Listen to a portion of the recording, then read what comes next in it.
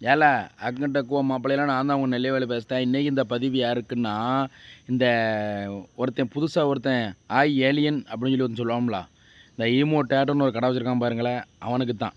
இந்த ரெட்டை நாக்கன் இப்படிமா இந்த 2 நாக்கும் பாம்பு கணக்காக ஆடும், அவனுக்கு தாம்ல. ஏல இந்த நாடு எங்கே தான் போய்கிட்டு இருக்கு? நீங்கள் ட்ரெண்டிங்கு அப்படிங்கிற பேரில் இந்த நாக்கை 2ஆக வெட்டுறதும், காதை கிழிச்சு வெளியே வளையத்தை போடுறதும், மூக்கை ஓட்டையை போட்டு கையை உள்ளே விடுறதும், நீ என்னென்னத்தெல்லாம் குத்தி இங்கே கிழிச்சும் வச்சிருக்கீங்கன்னு எனக்கே தெரியல. நாடு எங்கே தான் போகுதுன்னு தெரியல. அந்த காலத்துலலாம் நம்ம அப்பத்தாமாரு பக்கத்து வீட்டில் இவ்வளோ தண்டிக்கு பாம்படத்தை காதில் போட்டு தொங்க விட்டுருப்பா. அது அந்த காலத்தில் அவங்களுக்கு அழகுன்னு சொல்லி வச்சுருந்தாங்க.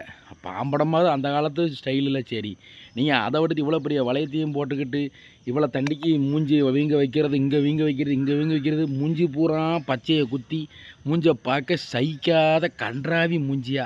அது நீங்களும் உங்கள் மூஞ்சை கண்ணாடியில் பார்ப்பீலாம் பார்க்க முடியல. இல்லை இப்படிலாம் மூஞ்சி இப்படி அசிங்கமாகனா எந்த பொண்ணு உங்களை தாலியை கட்டுவா, எந்த பொண்ணு உங்களை பார்த்து சைட் அடிப்பா?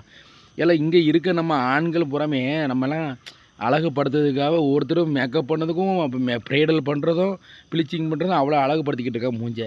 நீங்கள் என்னெல்லாம் உங்கள் மூஞ்சி இப்படி கன்றாவியாக ஆக்கி வச்சுருக்கியா? சும்மாவே எங்களை மாதிரி பையங்களை ஒரு பிள்ளைகளும் பார்க்க மாட்டேங்குது கருப்பாக இருக்கும்ட்டு. நீங்கள் இந்த மாதிரி மூஞ்சியெல்லாம் பார்த்தா பிள்ளைகள் அலறி அடித்து ஓடிடும். அதுவும் நடுராத்திரி இந்த மாதிரி மூஞ்சியில் டாட்டோ குத்துறங்க பேரில் அதை குத்துறங்க பேரில் அசிங்கமாக்கிட்டு நடுராத்திரி பேராதியா ஏதோ பியாயி சுடுகாட்டிலேருந்து எழுந்துச்சி வந்துன்னு சொல்லி பயந்து அடித்து ஓடியே போயிடுவாள். அதனால் என்னத்தை போட்டு சொல்ல நாடு எங்கே போகுதுன்னு தெரியல. முதல்ல ஐயா காவல்துறை ஐயா அந்த ஏலியன் கடையை சீல் வச்சுருக்காங்க, ரொம்ப சந்தோஷம். இவனை தூக்கி 7 பிரிவில் உள்ள தூக்கி போட்டிருக்காங்க, அதுவும் ரொம்ப சந்தோஷமாக இருக்குது. அதுக்கப்புறம் அவன் தான் வந்து உங்களுக்கு டேட்டோ குத்து தான் நாக்கை 2ஆக கிழிக்கான் பிளவுபடுத்தாம்னா இந்த நாக்கை கொண்டு நீட்ட போயிருக்காமலாம் அவங்ககிட்ட 2 பேர். இல்லை உங்களுக்கு அறிவு தான் இருக்கா அறிவு?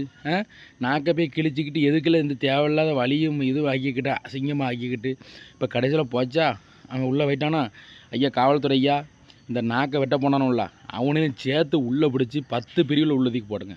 அப்போந்தான் உள்ள மாதிரி ஆளுவுக்கு அறிவு வரும். அதைத்தான் நான் சொல்லுவேன். அதனால் நீங்கள் வந்து மக்களை விழிப்புணர்வோடு இருங்க.